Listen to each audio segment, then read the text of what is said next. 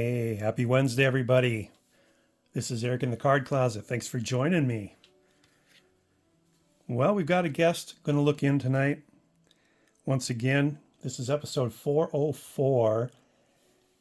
Nobody with 404 career home runs. So we're going to go to stolen bases. See if you can guess this player with 404 stolen bases. His rookie card is considered to be 1989 Upper Deck. He was also in the 89 Donruss The Rookies, 89 Topps Traded, and 89 Score Rookies and Traded, or Traded and Rookies, whatever. Played 24 Major League seasons. He's a three-time All-Star. Did not get a lot of All-Star appearances due to the fact that in his heyday, his position was stacked with some of the best players of all time. And he was pretty light with the bat, and they were stud hitters. He won 11 Gold Gloves. Started with the Mariners. Played the most with the Cleveland Indians, and then off and on with other teams throughout the rest of his career. He is none other than Omar Vizquel. Did you get it right? I think that was probably an easy one. 404 career stolen bases. I think that puts him like in the high 80s on the all-time list for stolen bases, if I recall. So Omar is going to sit in with us tonight. All right, so it's that time of year where people start thinking about, now that the World Series is set, people start thinking about some of those awards that are going to be handed out, like the Cy Young Award or the MVP Award. And I have to tell you, I think the MVPs this year are pretty much a lock. I think Acuna is going to get the National League MVP. I think Ohtani is going to get the American League MVP. It's a no-brainer in my mind with what they've done. But the Cy Young goes to me. The Cy Young goes to me. This just arrived today. My first playing day Cy Young card. I got a bonus at work in the last month. And like I always tell you, I'm wise with part of it, and I splurge with part of it, have fun with part of it. And this was my fun part, Cy Young. It's an old SGC holder. I've been looking at this card off and on for several years, thinking that if I ever have a windfall, maybe I'd take a stab at it. And had my eye on one on eBay for the longest time, was trying to negotiate with the seller, and he just wouldn't come down even $1. And so finally this one showed up. It was in worse condition, but looks better. The other ones on eBay right now, see that crease that goes right underneath his chin through his neck? A lot of the ones on eBay right now have the crease going right through his face. So this one actually looks really good compared to what else is available. Here's why it gets a 1. Those bats are not supposed to be shaded in. But somebody at some time, I don't know how long ago, shaded those in, and then it smeared. And because of that, this beautiful example was in my price range, and I was able to nab it. So Cy Young, this is his 1909 American Caramel. Unfortunately, this card does not help me towards my all-time Red Sox team sets that I'm working on, because 1909, my preferred set is T206. So this is, what I call just, filling in the sets with other things. With, players that aren't in the T206, I try to get them in some other brand from that year. His T206 card He's with Cleveland. So I talked about Cy Young a little bit, a number of episodes back, not too long ago, a few months maybe. But here's a couple interesting things I found out about him. So everybody knows that he's the all-time win leader with 511 wins. He's also the all-time loss leader with 315 losses.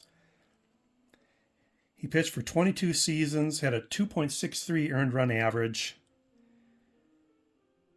His birth name is Denton True Young. He got the nickname Cyclone when he was in the minor leagues, and it got shortened to Cy. Played for Boston Red Sox from 1901 to 1908. So in 1909, he went to the Cleveland Naps, and that's why the T206 cards have him on the Cleveland and not Boston. So to find him on a 1909 card on Boston, it's was a bonus for me. So he has the Red Sox record for wins, which he's tied with Roger Clemens with 192. And actually his ERA in those 8 seasons with the Red Sox, his ERA was 2.00. So much lower than his career ERA with Boston. Pitched his first game in 1890.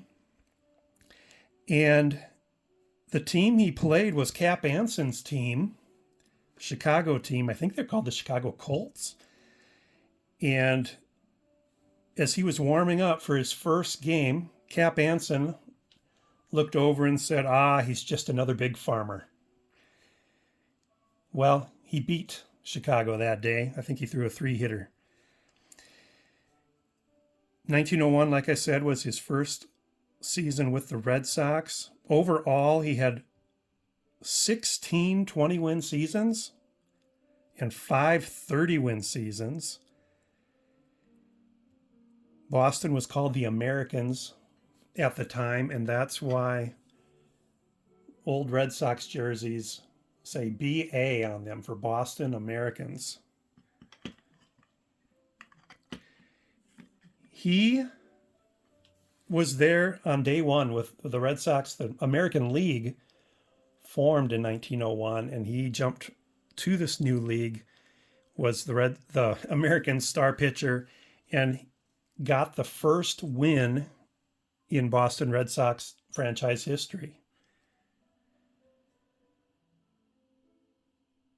He won the Triple Crown that year in 1901 too, leading the league in wins, strikeouts, and earned run average. 1903, Cy Young threw the first ever World Series pitch for Boston. He did take the loss in that game against the Pirates, but first World Series pitch ever was thrown by him. He's the only player to have pitched in the World Series and the Temple Cup. And the Temple Cup is what the championship series of the National League was called before the American League existed. In 1904, another first for this guy, he pitched the first perfect game in American League history. And the guy he was pitching against was a gentleman named Rube Waddell. I'm sure you've heard of Rube Waddell. And Rube Waddell had pitched against Cy Young just a week earlier and defeated him. And before the game, Rube Waddell heckled Cy Young from across the diamond during warm-ups that he was going to beat him again. And after the game, after the no-hitter, Cy Young yelled over to Rube, "How did you like that, hayseed?" 1904, there was no World Series in 1904. The Red Sox would have represented the American League again had there been a World Series, but the Giants refused to play them. And so it's not official, but in a way, I kind of think of the Red Sox as being the world champs that year too, since the other team refused to play. He even managed for a little bit. 1907, the manager for the Red Sox during the preseason was Chick Stahl. And Chick Stahl, before the season started, killed himself. And so Cy Young stepped in and managed the first 6 games of the year. And he went 3-3. And then finally they put George Huff into place as the permanent manager. So Cy Young stepped in to manage for about a week there after the death of their manager.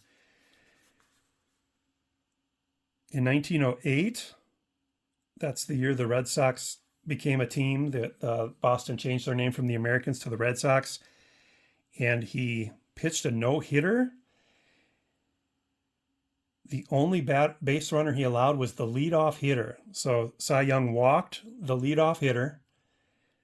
The leadoff hitter was caught stealing second, was thrown out at second, and then Cy Young proceeded to retire the next 26 batters.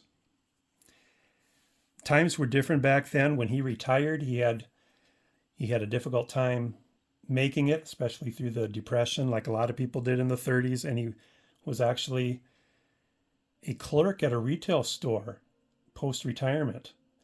So just think of that. Think of Justin Verlander working at Walmart in a couple of years, or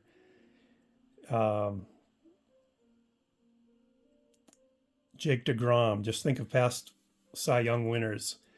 And Kershaw, picture them working at Target or Walmart in a couple of years. It's just unheard of, but that's what Cy Young did to make ends meet. He was working at a retail store.